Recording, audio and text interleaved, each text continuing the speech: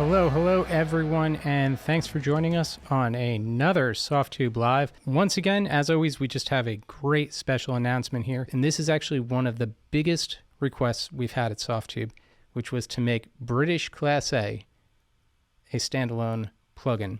And by standalone plugin, I mean one that you can use just directly in your DAW as an insert. So if you buy British Class A for Console 1, you get both the plugin version and the Console 1 version. And then on top of that, you have it available for modular and you have it available for amp room. So super flexible, super cool. Let's jump on in. First, check out some sound examples. I'll take you through some of the features of British Class A. And then I have a special feature, which is we have Nicholas, who is our product owner for British Class A and leads the team that makes the mixing plugins. And he's head of products. He's one of the original founders of Softube, and he's going to talk to you about his philosophy behind how British Class A came to be.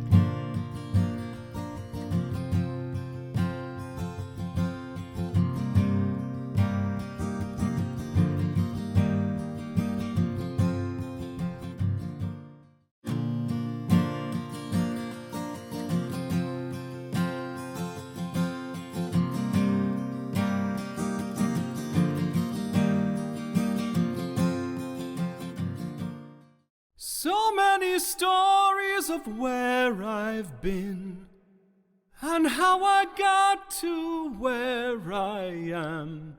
So many stories of where I've been and how I got to where I am.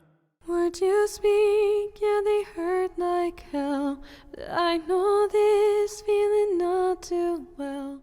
Words you speak, yeah, they hurt like hell, but I know this feeling not too well.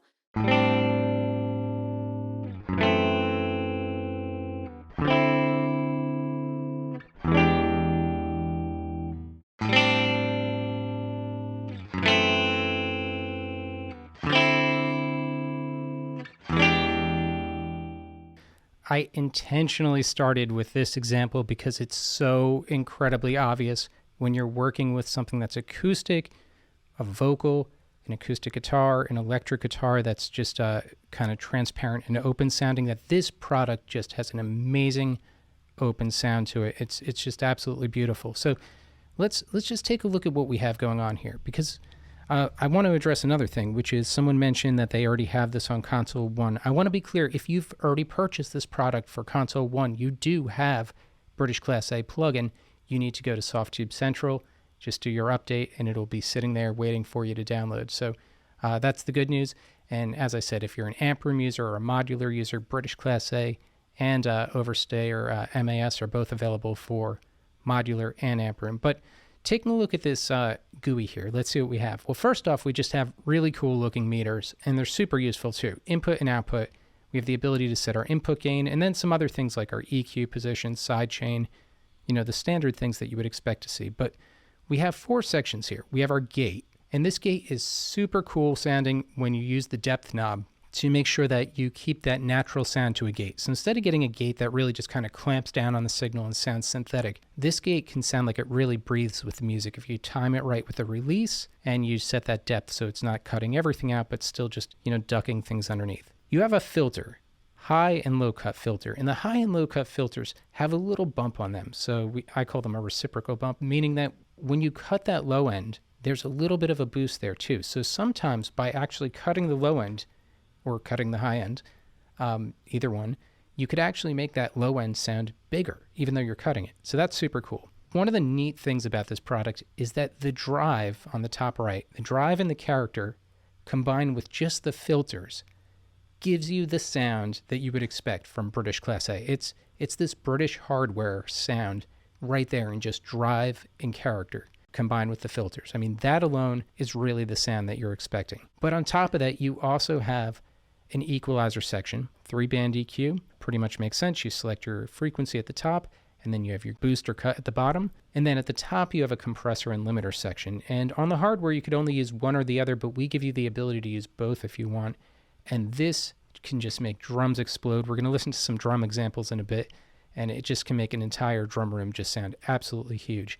We also have something called extended features, which is input and output metering, the ability to adjust your input and output gain, the ability to adjust your phase, the ability to adjust the headroom on your on each of your plugins. So for our mix plugins, so compressors, EQs, those type of things, make sure you update them. There's some really cool features built into all these products, and there's a little panel at the top. With that in mind, I want to jump ahead into this video. I think you're going to love understanding why we put this into a GUI and how we went about doing it. It's very important that the UI and the sound harmonizes for me.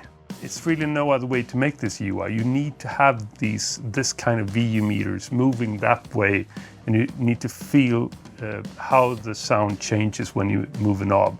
In some sense, I don't know if this is derogative or not, but it's almost like putting an Instagram filter on your track, because you get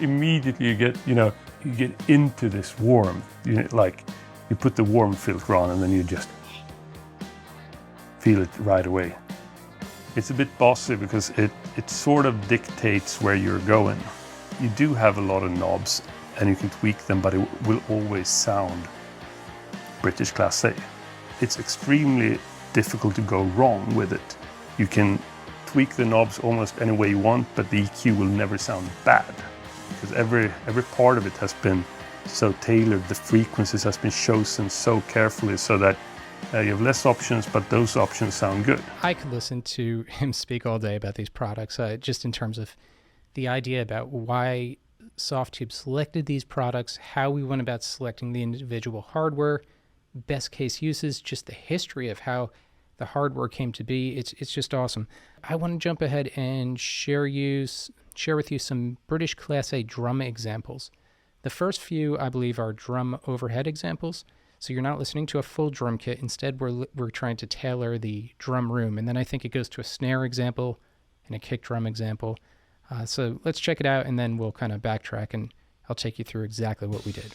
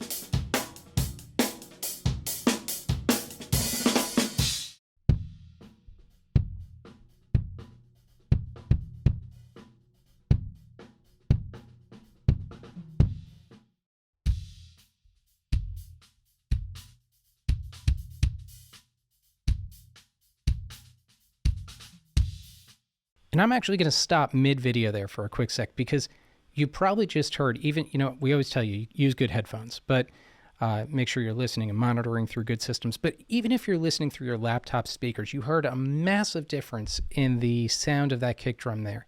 I mean, it was just a total huge transformation. And I want to talk to you about what's doing that, because this is kind of a trick in the industry using this hardware.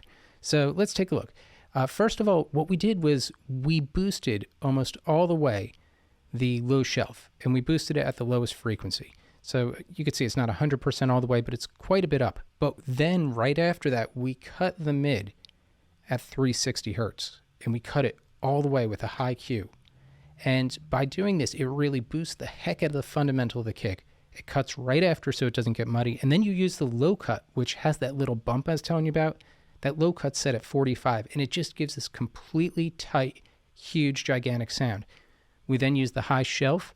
I have it at 12 kilohertz boosted up, and that brings out the beater and just gives like a little snap to it.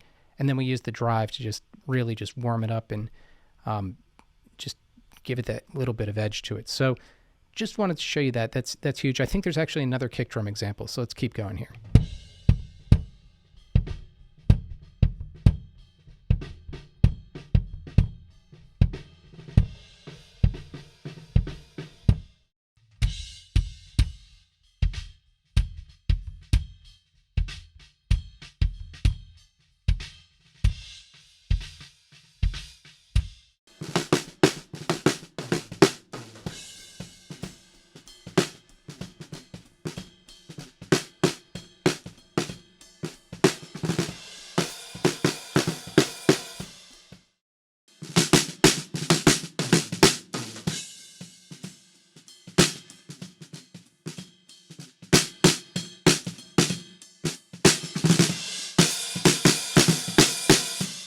you could hear that same low-end trick that I was talking about with the kick drum. We also applied that to the snare.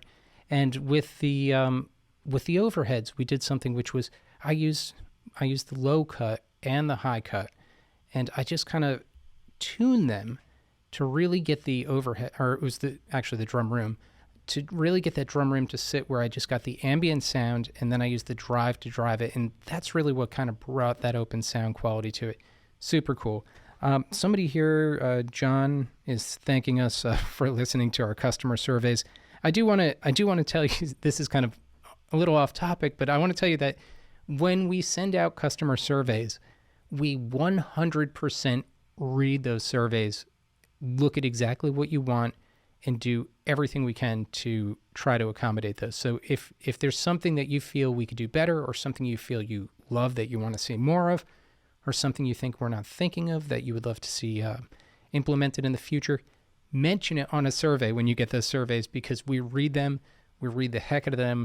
We really try to put together what the most important things are for people. So thanks for pointing that out. Surveys are big, and we're happy to really just make sure that we listen to you and make the most out of it when we do those surveys. Cool. So let's check out something that I think is super cool. Once again, it's Nicholas talking. This time he's going to talk to you about something that's super important, which is people say Softube are the masters of analog modeling, and I think he just hits the nail on the head as to why. And I want to take you inside the mind of our engineers when they are taking apart old gear and working on giving you the best analog model possible. It's always tricky modeling old gear because it's old, but it's also tricky because the components they use are often not very ideal.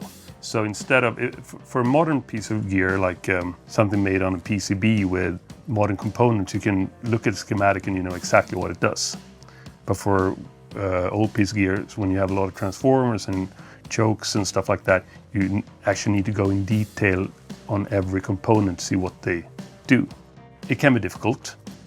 Things can depend on, when you start to removing stuff, the component can behave differently because they're not shielded the way they were before. I remember when we modeled how the VU meter moved, we got a different response depending on how close we were to the unit. So basically, by just moving our hand closer to the unit, we can make the VU needle move. Shit breaks, you have to fix it, and it's fragile, and you have components that haven't been touched for a long time, and it's not just mathematically tricky, but it's also, from an electrical engineering point of view, very tricky to work with old gear. But it does affect the sound. If you turn up the mid-band, you will see that high up in frequency, high up in gain, you'll see that the curve is not exactly smooth, but it has a sort of a thing happening on the high frequency side of it.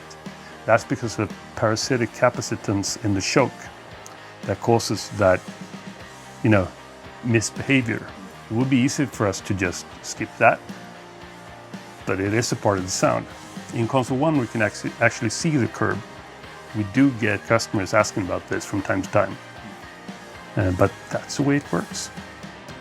All right. Yeah. So once again, I could listen to him speak all day. I learned something every single time. And we do actually get people that will write in and say, well, the GUI on console 1's a little off. It doesn't look smooth in certain places, or it looks like it's a little off from the way the labels read.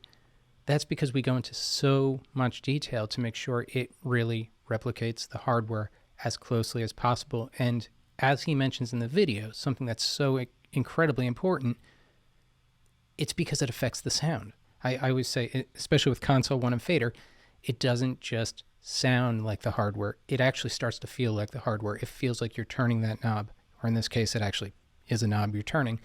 And that's really the big deal there. Yeah, so Kirk points out something interesting, and I want to bring this up. So Kirk Arthur, thanks for bringing this up. He says he prefers the console 1 graphics better than the standalone one, or better than the new plugin. This is interesting because we get comments about, well, why doesn't console 1 look like the actual original hardware? And the reason why is because it's a different workflow. It's about having all the knobs in the same spot. It's about knowing that when you reach for a specific thing, it's always in the exact same place. And even when you change channel strips, even when you change for a different EQ, even when you load a different UAD2 plugin and are controlling it with Console 1, it's always going to be in the same spot. So that workflow is something we don't want to change. A lot of the times that's better, but there is something to be said for people who are inspired by the GUI. Being able to look at the product and feel inspired to just see the way the hardware is laid out and just have some sort of inspiration by that. So, we're trying to accommodate both workflows for people. The ability to have that continuous workflow with Console 1 and Console 1 Fader and know that it's always in the same spot. And then the one where people go, okay, I want to look at something different, try something new, see what happens. Let's do one more sound example before the night's over. And so this is one I put together on bass examples with British Class A. And, well, I'm a little biased. I'm a bassist, so have to have some bass examples. But I think it's super effective. So let's try this and see what you think.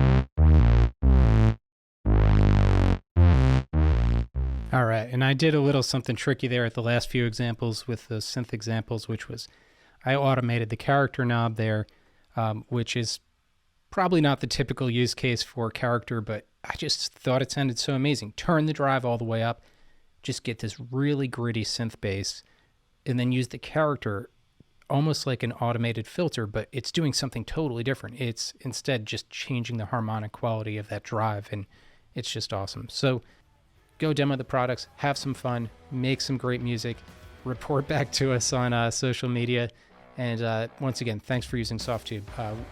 We just are in love with the work we do, and we're in love with the fact that we can enable you to make great music. So with that little tidbit in mind, thanks again, and hope to see you all one day in person soon. Bye, everyone.